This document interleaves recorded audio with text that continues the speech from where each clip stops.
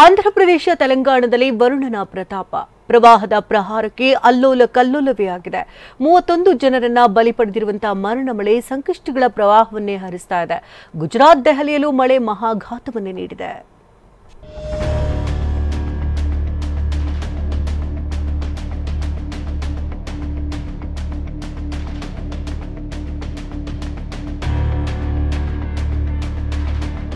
ರಸ್ತೆಗಳು ನೀರಿನಲ್ಲಿ ಮುಚ್ಚಿ ಹೋಗಿವೆ. ವಾಹನಗಳು ಓಡಾಡಬೇಕಿದ್ದ ಜಾಗದಲ್ಲಿ ಬೋಟ್ಗಳು ಸಂಚರಿಸುತ್ತಿವೆ.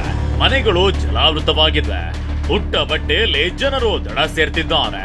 ನದಿಗಳ ರೌದ್ರ ರೂಪ ಜಲ ಪ್ರಳಯಕ್ಕೆ ಎಲ್ಲರೂ ಬೆದರಿ ಹೋಗಿದ್ದಾರೆ. ಆಂಧ್ರ ತೆಲಂಗಾಣದಲ್ಲಿ ಮರಣ ಮಳೆಗೆ 31 ಜನರು ಬಲಿ. 432 ರೈಲುಗಳ ಸಂಚಾರ ರದ್ದು. ಸಂಕಷ್ಟಗಳದ್ದೇ ಪ್ರವಾಹ. ಆಂಧ್ರಪ್ರದೇಶ ಹಾಗೂ ತೆಲಂಗಾಣದಲ್ಲಿ ಮಳೆ ಆರ್ಭಟಿಸುತ್ತಿದೆ. ಬಸ್,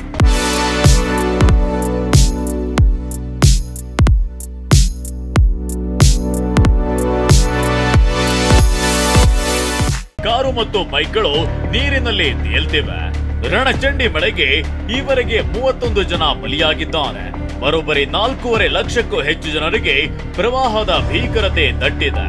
ಸಾವಿರಾರು ಎಕರೆ ಜಮೀನು ಜಲಾವೃತವಾಗಿದ್ದು ಅಲ್ಲೋಲ ಕಲ್ಲೋಲವೇ ಸೃಷ್ಟಿಯಾಗಿದೆ.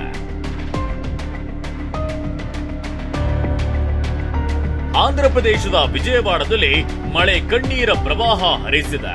432 ರೈಲುಗಳ ಸಂಚಾರ ಸ್ಥಗಿತ ಮಾಡಲಾಗಿದೆ. ಹಲವೆಡೆ ರಸ್ತೆ ಸೇತುವೆ ಕೊಚ್ಚಿ ಹೋಗಿ ಸಂಪರ್ಕ ಕಡಿತವಾಗಿದೆ. ನಂದಮೂರಿ ನಗರ, ಆಂಧ್ರಪ್ರಭ ಕಾಲೋನಿ, ಬಾಂಬೆ ಕಾಲೋನಿ, ಅಯೋಧ್ಯ ನಗರ, ಜಕ್ಕಂಪುಡಿ ಸೇರಿದಂತೆ ಹಲವೆಡೆ ಜಲತಾಂಡವ ಆಡ್ತಿದೆ. ಆಂಧ್ರದ ಸಿಎಂ ಚಂದ್ರಬಾಬು ನಾಯ್ಡು ಖುದ್ದು ಫೀಲ್ಡ್ಗೆ ಇಳಿದು ನೆರೆಹಾನಿ ಪರಿಶೀಲನೆ ನಡೆಸಿದ್ದಾರೆ. ಅಲ್ಲದೆ ಮಾಜಿ ಸಿಎಂ ಜಗನ್ಮೋಹನ್ ರೆಡ್ಡಿ ಕೂಡ ನೆರೆ ಪೀಡಿತ ಪ್ರದೇಶದಲ್ಲಿ ರೌಂಡ್ಸ್ ಹಾಕಿದ್ದಾರೆ. ತೆಲಂಗಾಣದ ಮೆಹಬೂಬಾಬಾದ್ ಜಿಲ್ಲೆಯಲ್ಲಿ ಜಲತಾಂಡವ ಆಡ್ತಿದೆ. ರೈಲ್ವೆ ಟ್ರ್ಯಾಕ್ ಹಾನಿಯಾಗಿದ್ರಿಂದ ಸಂಚಾರ ಸ್ಥಗಿತಗೊಳಿಸಲಾಗಿದೆ. ಖಮ್ಮಂ ಜಿಲ್ಲೆಯಲ್ಲೂ ಮಳೆಯಿಂದ ಊರು ಸೂರು ಕಳೆದುಕೊಂಡು ಜನ ಶಾಕ್ ಆಗಿದ್ದಾರೆ.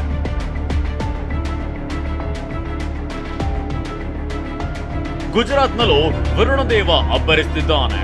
ಭರೋಚ್, ತಾಪಿ, ನವಸಾರಿಗಳಲ್ಲಿ ಮಳೆಯಾಗಿದೆ. ರಸ್ತೆಗಳು ನದಿಯಂತಾಗಿದ್ದು ನೂರಾರು ಮನೆಗಳಿಗೆ ನೀರು ನುಗ್ಗಿದೆ. ಭರೂಚ್ ಜಿಲ್ಲೆಯಲ್ಲಿ ಕೇವಲ 2 ಗಂಟೆಯಲ್ಲಿ 120 ಮಿಲಿಮೀಟರ್ ಮಳೆಯಾಗಿದ್ದು ಜಲ ಪ್ರಳಯವೇ ಸೃಷ್ಟಿಯಾಗಿದೆ. ಪೂರ್ಣ ಅಂಬಿಕಾ ಸೇರಿದಂತೆ ಬರೋಬ್ಬರಿ 10 ನದಿಗಳು ಉಕ್ಕಿ ಹರಿಯುತ್ತಿದ್ದು ಜಲಗಂಡಾಂತರ ಸೃಷ್ಟಿಯಾಗಿದೆ.